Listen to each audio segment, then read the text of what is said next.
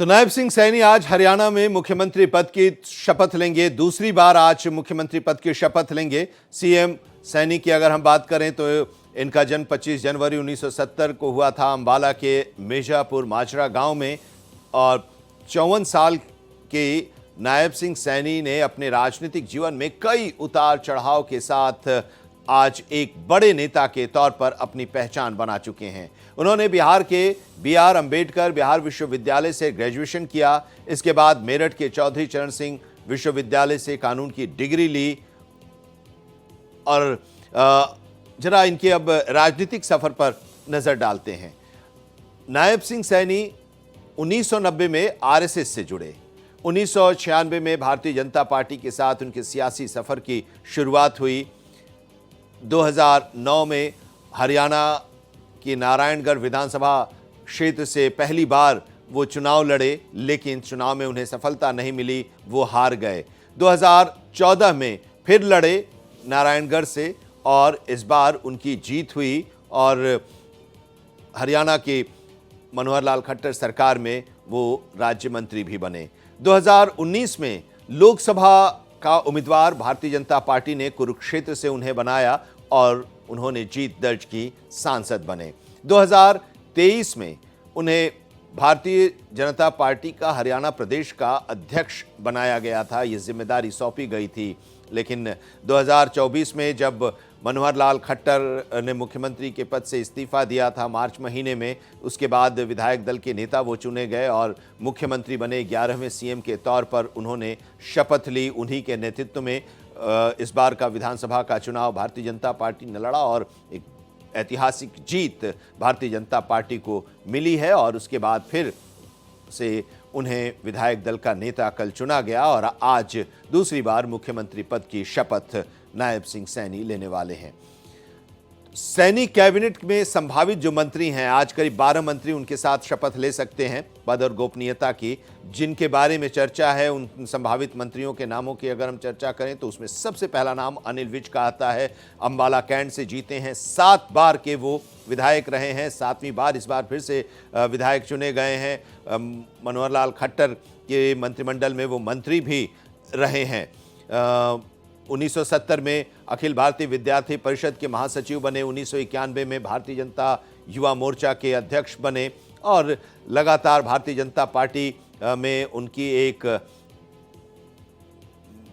महत्वपूर्ण उनका एक स्थान रहा है और बड़े नेता के तौर पर वो जाने जाते हैं। मुख्यमंत्री के दावेदार भी वो थे। कल जब विधायक दल की बैठक हुई उसमें उन्होंने ही नाम प्रस्तावित किया था नायब सिंह सैनी का। राव नरबीर सिंह दूसरा नाम है। ये बादशाहपुर से विधानसभा चुनाव जीते हैं, 4थी बार विधायक बने हैं, हरियाणा सरकार में मंत्री रह चुके हैं ये और 1987 में पहली बार मंत्री बने थे।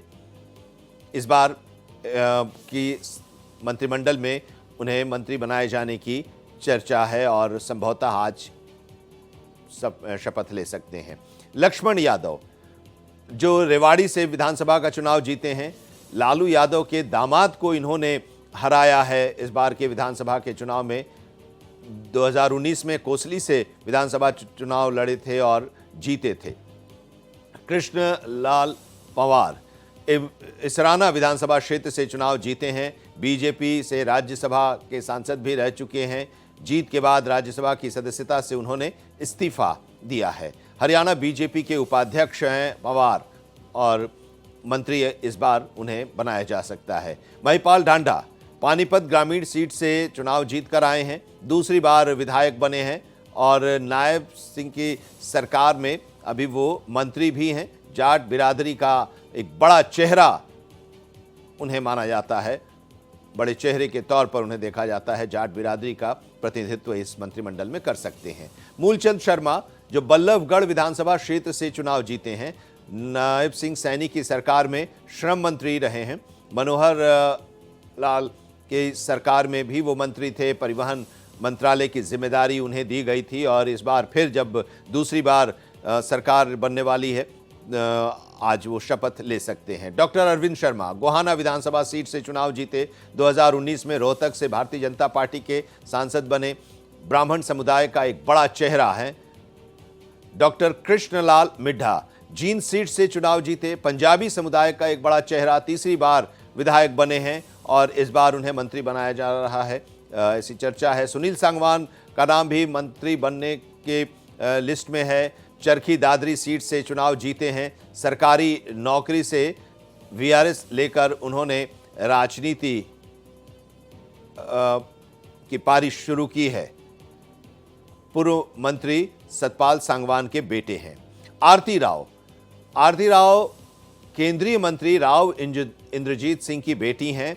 अटेली से विधानसभा चुनाव लड़ी, जीती। पहली बार उन्होंने चुनावी इतिहास में कदम रखा है और चुनाव में जीत दर्ज की है, विधायक बनी है और उन्हें मंत्री बनाया जा सकता है। श्रुति चौधरी तोशाम से चुनी गई हैं, बीजेपी सांसद किरण चौधरी की बेटी हैं, कांग्रेस से सांसद भी रही हैं श्रुति चौधरी और श्रुति चौधरी को भारतीय जनता पार्टी ने उम्मीदवार इस बार बनाया था। वो शामिल हुई बीजेपी में और फिर वो चुनाव जीती, बंसीलाल की पोती हैं। सावित्री जिंदल हिसार विधानसभा सीट से निर्दलीय चुनाव जीती हैं। देश की सबसे अमीर महिला हैं, पूर्व मंत्री स्वर्गीय ओपी जिंदल की पत्नी है, बीजेपी सांसद नवीन जिंदल की मां है। भारतीय जनता पार्टी से टिकट चाह रही थी, टिकट जब नहीं मिला तो निर्दलीय लड़ी, चुनाव जीती। कांग्रेस सरकार में भी ये मंत्री रह चुकी हैं। तो ये संभावित मंत्रियों के नामों के बारे में हम आपको बता रहे हैं कि जो इस बार की सरकार में मंत्री बन सकते हैं, ये वो नाम है। अब चलिए जरा शपथ ग्रहण समारोह के बारे में बात करते हैं। नायब सिंह सैनी का शपथ ग्रहण समारोह जो है वो पंचकुला के सेक्टर 5 स्थित शालीमार पार्क में होना है। प्रधानमंत्री नरेंद्र मोदी इस शपथ ग्रहण समारोह में शामिल होंगे। दोपहर 1 बजे शपथ ग्रहण समारोह में शामिल होने के लिए प्रधानमंत्री नरेंद्र मोदी वहां पहुंचने वाले हैं और इसके साथ ही बीजेपी शासित राज्यों के मुख्यमंत्रियों और उप मुख्यमंत्रियों को भी आमंत्रित किया गया है, वो लोग भी इस शपथ ग्रहण समारोह में शामिल होंगे। एनडीए शासित राज्यों के मुख्यमंत्रियों को भी आमंत्रित किया गया है जो इसमें शामिल होंगे। विपक्षी दलों के भी तमाम बड़े नेताओं को न्योता भेजा गया है इस शपथ ग्रहण समारोह में शामिल होने के लिए।